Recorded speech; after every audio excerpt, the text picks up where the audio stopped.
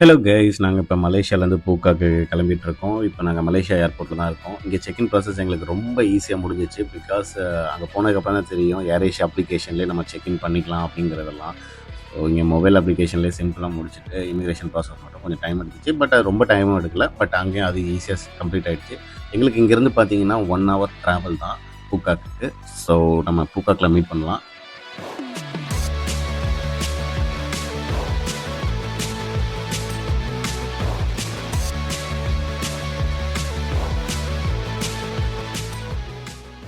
Finally நாங்கள் பூக்காக் reach பண்ணிட்டோம். பூக்காக் பொறுத்த வரைக்கும் விசாவில் உங்களுக்கு கன்ஃபியூஷனாக வேணாம். இப்போ நீங்கள் வியட்நாமுக்கு போயிட்டு, அதாவது வியட்நாமில் ஹோச்சிமின், ஹனாய் இந்த மாதிரி நிறைய சிட்டிஸ் இருக்குது.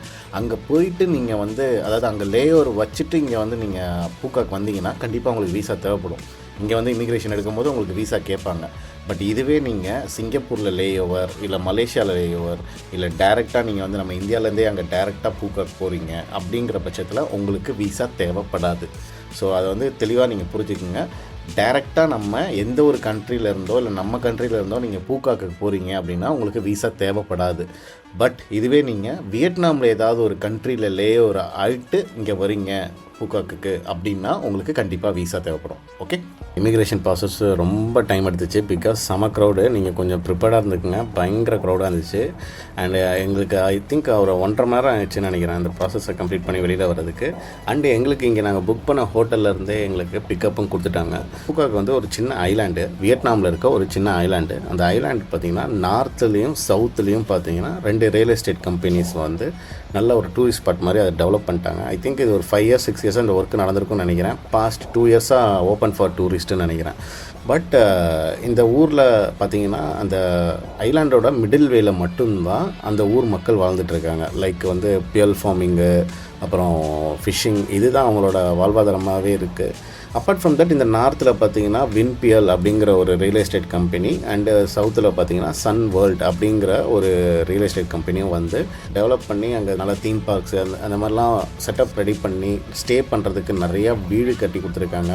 இந்த வீடெல்லாம் பார்த்தா எனக்கு எதுவுமே ஆக்குபைடாக இல்லை ஆக்சுவலாக. பட் என்ன சொல்கிறாங்கன்னா லைக் ஒரு லீஸுக்கு நம்ம எடுத்துக்கலாம். அதாவது அது அதர் கண்ட்ரி பீப்புள்ஸ் பண்ண முடியுமான்னு தெரில.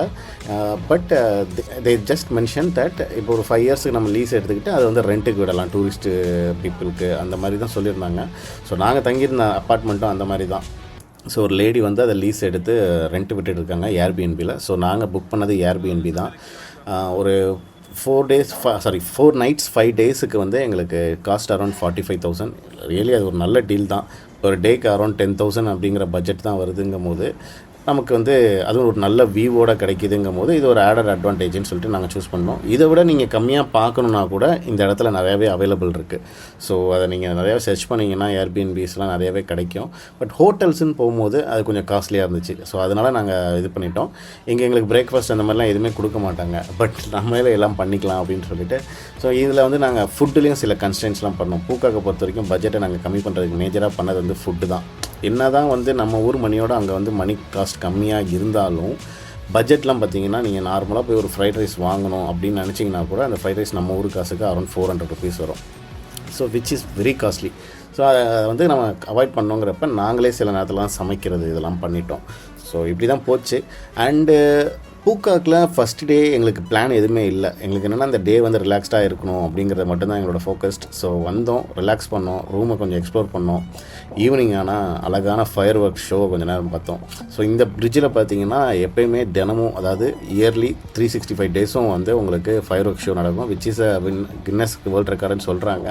I don't know how for it's true.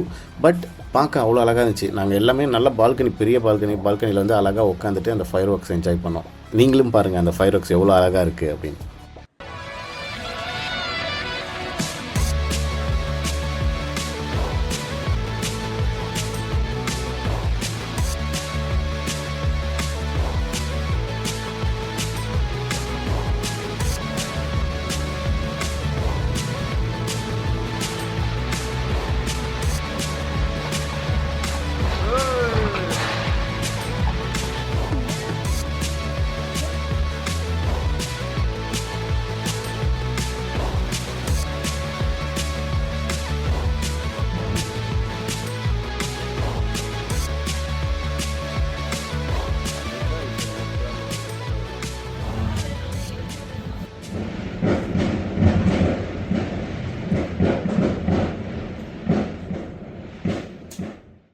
Fire work show முடிஞ்ச பிறகு எங்களுக்கு பயங்கர பசி. ஸோ நாங்கள் என்ன பண்ணோம், கீழே சூப்பர் மார்க்கெட்டுக்கு போகலாம் அப்படின்னு சொல்லிவிட்டு அப்படியே கொஞ்சம் நேரம் அந்த ஊரை பார்க்கலாம் அப்படின்னு பார்த்துட்டுக்காக கீழே இறங்கி போனோம்.